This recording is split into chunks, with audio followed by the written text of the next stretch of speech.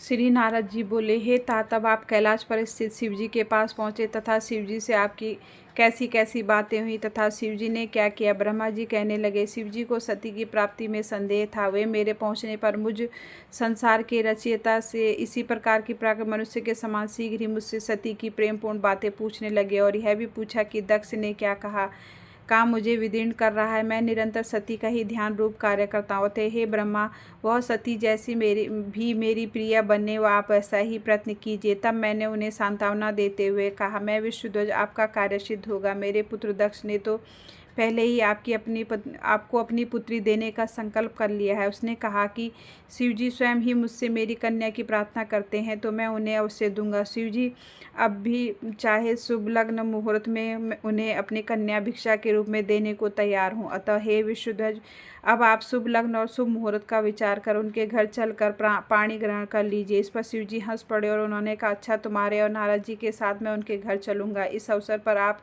अपने मरीचि आदि पुत्रों को भी बुला लीजिए, मेरे गणों को भी साथ ले लीजिए। जब मैं दक्ष के घर चलूँ, मैंने अपने मरीचि आदि पुत्रों का स्मरण किया है। वे सब मेरे मानसिक पुत्र बड़ी प्रसन्नता से शीघ्र ही मेरे पास आ गए और शिव जी के स्मरण करते ही गरुड़ पर बैठ भगवान विष्णु भी लक्ष्मी सहित चले आए। फिर तो चैत्र शुक्ल त्रयोदशी रविवार के दिन फागुनी नक्षत्र में शिव जी ने वह यात्रा कर दी।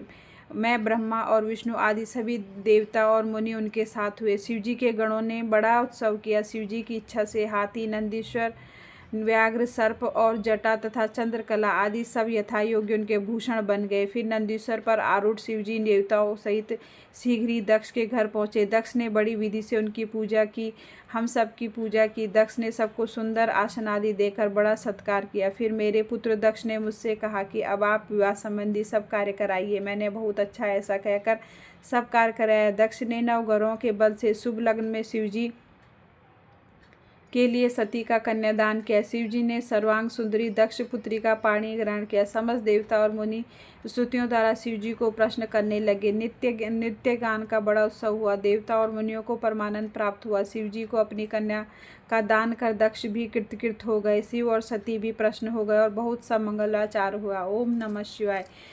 19वां। ब्रह्मा जी बोले, कन्यादान के पश्चात दक्ष ने शिव के लिए बहुत दहेज दिया, ब्राह्मणों को भी बहुत सा धन दिया। तब लक्ष्मी सहित विष्णु ने उठकर शिव के पास हाथ जोड़कर कहा, हे महादेव, आप संपूर्ण ब्रह्मांडों के पिता और सती सबका माता है, अतएव अब इस सती रूप शक्ति से देवताओं, मनुष्य और सज्जनों का कल्याण कीजिए। तब शिव जी ने हंसकर कहा, एवं मस्तु। यह सुनकर विष्णु जी अपने स्थान को चले गए।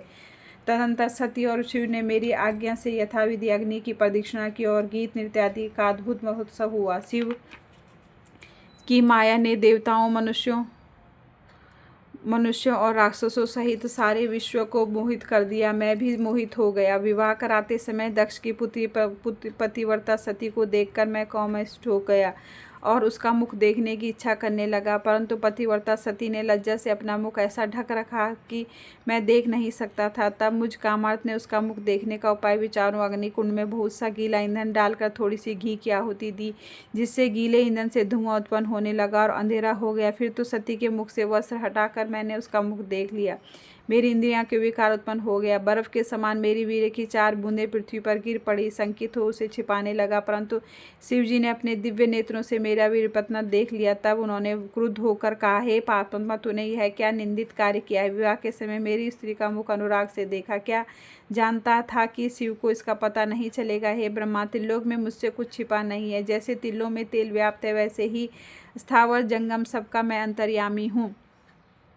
ऐसा कहकर शिव जी ने मुझे मारने के लिए त्रिशूल उठा दिया। मारीचि आदि मेरे मानस पुत्र हाहाकार करने लगे। भयभीत देवता शंकर जी की स्तुति करने लगे। दक्ष ने भी सामने जा हाथ उठा कर शिव जी को शीघ्र ही रोका। शिव जी ने कहा, विष्णु जी के कहने के अनुसार मैं सती को काम दृष्टि से देखने वाले को मार डालूंगा। ब्रह्मा जी ने आशा भरे नेत्रों से सती को क्यों देखा, इसका वीर्यपात भी हो गया, अतः मैं इस अपराधी का वध करूंगा। शिव जी के ऐसा कहते ही सारे देवता कांप उठे। उसी क्षण विष्णु जी ने आकर क्रोधान्वित शिव जी को बड़ी स्तुति की। दृढ़व्रत शंकर ने कहा, हे विष्णु, तुम मुझे प्राणों से भी प्रिय हो, मुझे हटाओ नहीं, इस दुष्ट को मारने दो। यह ब्रह्मा बड़ा दुष्ट है, मैं इस महापापी को मारूंगा।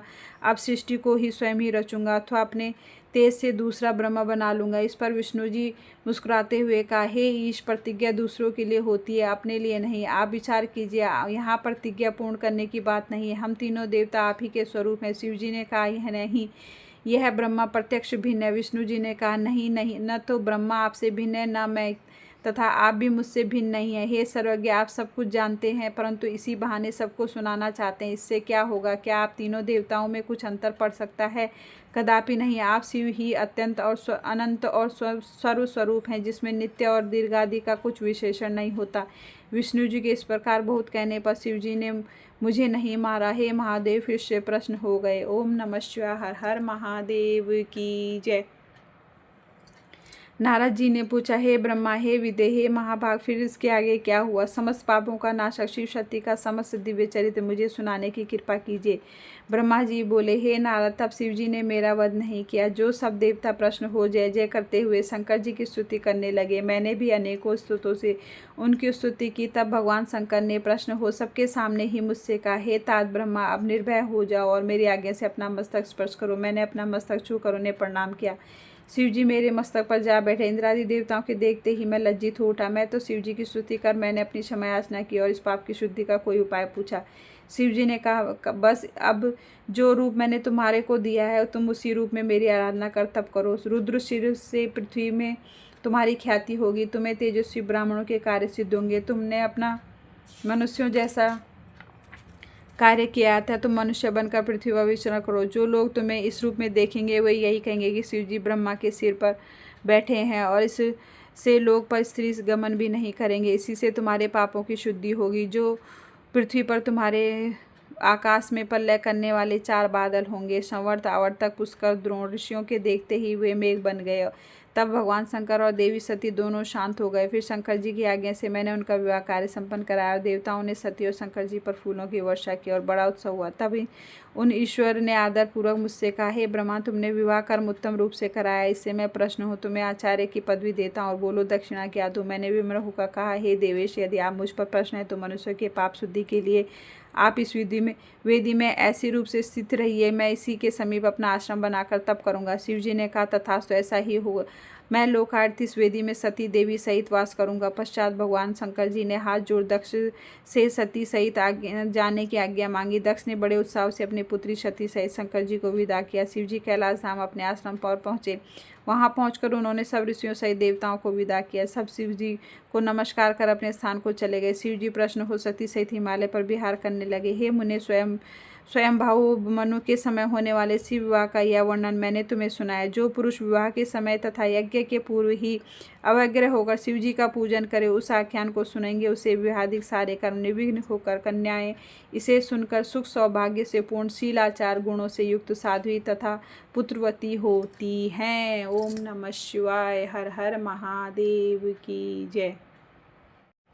सब युगों में भक्ति की विशेषता है, परंतु कलयुग में तो भक्ति विशेष फलदायक होती है। इसकी प्रत्यक्षता से ही तो मैं इसके वश में हूँ। संसार में जो मेरी भक्ति करता है, मैं सदैव उसकी सहायता करता हूँ, उसके सारे विघ्नों को हरता हूँ और उसके शत्रुओं को दंड देता हूँ। इसलिए तो मैंने काम को अपने तीसरे नेत्र से जला दिया था। भक्ति के लिए ही तो मैंने रावण का त्याग कर दिया और कुछ ही भी पक्षपात न किया। भक्ति के कारण ही तो मैंने दुष्ट व्यास को नंदीश्वर से दंड दिलवाकर काशी से बाहर करा दिया। अधिक क्या कहूँ, मैं भक्ति के ही वश में हूँ। भक्ति की ऐसी महिमा सुनकर दक्ष पुत्री सती बहुत प्रसन्न हुई। उन्होंने मन में ही प्रणाम किया। फिर भक्ति कांड में श्रद्धा को पूजा, लोक से सुखदायक और जीवों से उद्धार की बात पूछी। जन्म, मंत्र, शास्त्र और विशेषता, उनका महात्म्य पूछा। सती के ऐसे प्रश्न को सुनकर शिव जी बहुत प्रसन्न हुए और उन्होंने जीवों के उद्धार पूर्वक प्रेम पूर्वक कहना आरंभ किया। उन्होंने इतिहास, भक्तों का महात्म्य और वर्णाश्रम धर्म सहित राजधर्म, पुत्र आदि, स्त्री धर्म आदि वेदों, शास्त्रों, ज्योतिष शास्त्र, सामुद्रिक शास्त्र तथा न्याय शास्त्र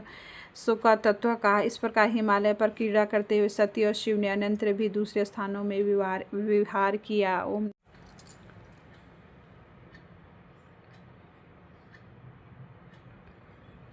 सती इस प्रकार माया से विमोहित हुए देख भगवान शंकर को मुस्कुराते हुए बोली, हे देवी सुनो, मैं तुमसे सत्य कहता हूँ, कपट से नहीं। मैंने जो इन्हें साधारण प्रणाम किया है। यह वरदान का प्रभाव। सूर्यवंश में उत्पन्न हुए ये दोनों भाई बड़े ही बुद्धिमान हैं। ये दशरथ के पुत्र है राम और लक्ष्मण। इनका नाम है गोरे रंग के छोटे भाई लक्ष्मण। यह शेष जी के अवतार हैं। बड़े का नाम राम है। यह बड़े ही शांत और विष्णु के साक्षात अवतार हैं। ये पृथ्वी पर साधुजनों की रक्षा और हमारे कल्याण के लिए ही अवतरित हुए हैं। इतना कहकर भगवान शंकर मौन हो गए, परंतु सती के मन में विश्वास नहीं हुआ। शिव की बलवती माया को संसार को मोहित कर रही थी। तब सती ने अवशिष्ट को देखकर भगवान शिव ने कहा कि हे देवी, यदि तुमको मेरे वचनों पर विश्वास नहीं है तो जाकर अपनी बुद्धि से राम की परीक्षा करो। हे प्रिय, जैसे तुम्हारा यह मोह दूर हो वैसा उपाय करो। मैं तब तक वट की छाया में बैठकर तुम्हारी बाट जोता हूँ, जब तक कि तुम परीक्षा करोगी। फिर तो शिव जी की आज्ञा पाते ही सती जी राम की परीक्षा के लिए चली और वहां जाकर विचारने लगी कि किस प्रकार परीक्षा लूं। उन्होंने सोचा कि मैं सीता का रूप धारण कर राम के समीप जाऊं। यदि राम साक्षात विष्णु के अवतार होंगे तो मुझे पहचान लेंगे, अन्यथा नहीं। वह सीता का रूप धारण कर परीक्षा के लिए राम के पास गई। तब सती को सीता के रूप में देख शिव का नाम जपते हुए श्री राम जी ने यह रहस्य जानते हुए उन्हें प्रणाम करके मुस्कुराते हुए कहा कि हे सती, इस समय शिव जी कहाँ है जो तुम पति के बिना अकेली वन में फिर रही हो। हे सती, आपने अपना स्वरूप त्याग कर यह रूप क्यों धारण कर लिया? हे देवी, कृपा कर मुझे इसका कारण बताइए।